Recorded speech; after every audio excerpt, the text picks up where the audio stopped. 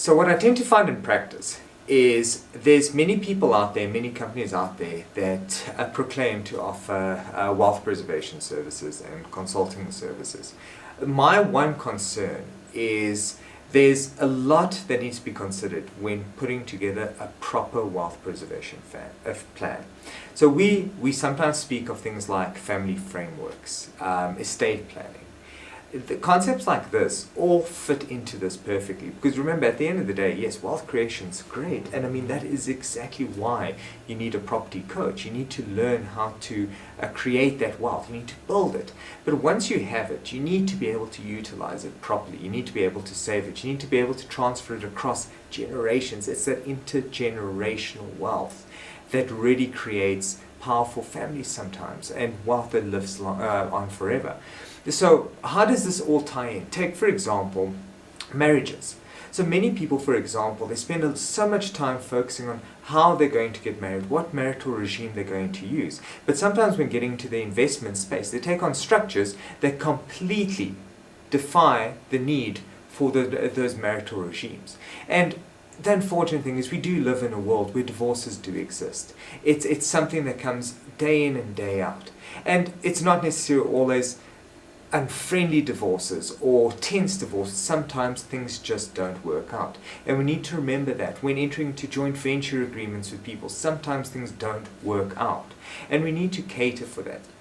So when you're dealing with marital regimes, as many of you know, you can get married in community of property, out of community of property. And when you get married out of community of property, there's something that's called accrual, and it either applies or doesn't apply. And all this effectively means is that at some point or another, our government, or common law in fact, and our government came out with certain standards, certain principles that we use when getting married. In community of property, everything is shared. There's a joint estate. If you get sued, the other person gets sued. And that's why typically my advice when getting married is please don't get married in community of property. It is not ideal at all. There are no benefits. And if it is a question of trust, where one has to ask, but I know that nothing's going to happen to this relationship, you can mimic that in out of community of property. Why would you do that? Because the reality is, even if you don't get divorced, why would you want to allow your creditors to be able to attach her estate or his estate when you're the one that might maybe go into financial trouble? And that's what in community of property does. Out of community of property, you tend to keep the estate separate, meaning that your creditors cannot access the other person's estate. Now, what does this have to do with wealth preservation? Now, you're married. You come to us and now we say, great, create a trust, throw everything into the trust. Then we're kind of missing the point, because the whole thing with getting married out of community of property with accrual or without accrual was so that you had a marital regime that governs that. And this is very, very important, guys. Don't take that cookie cutter advice of just put a trust and throw everything in there.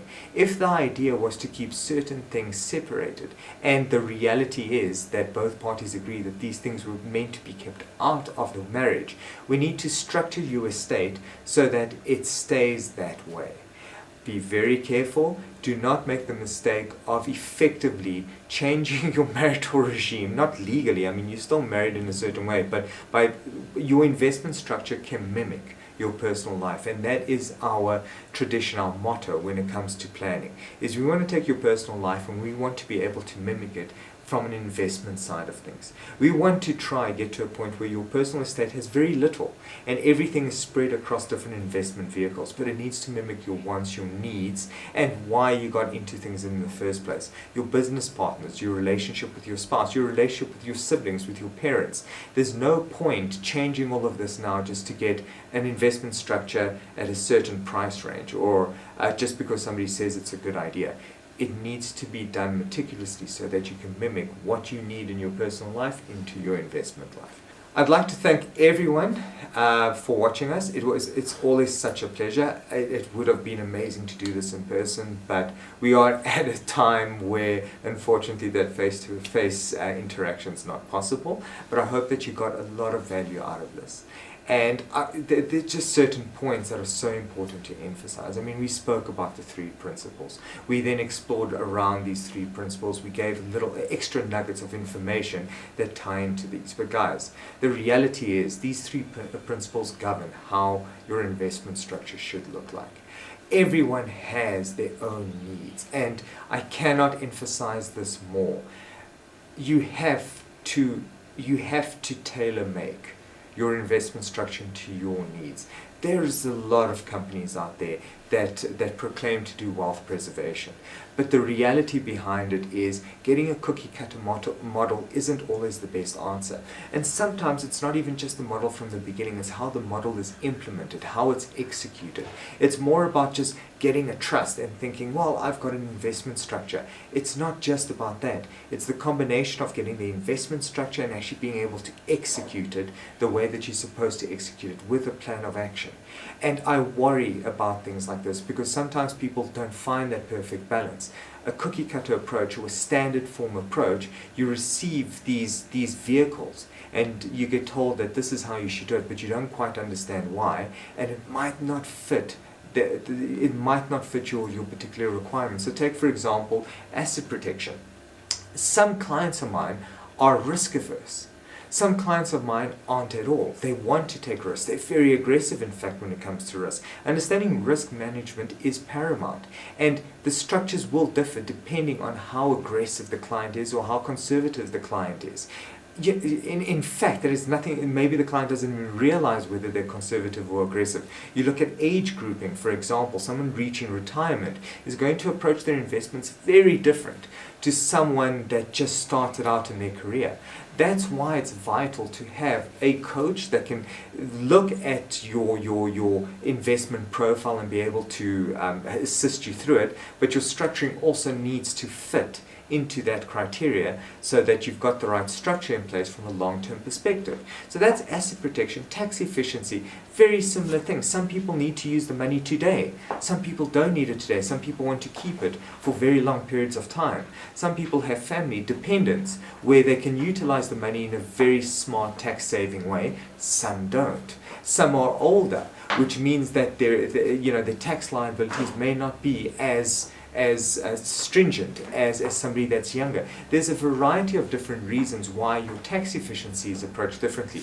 And I mean, your financing optimization, need I say more? We walk around, each one of us, able to obtain some loans, others not being able to obtain others.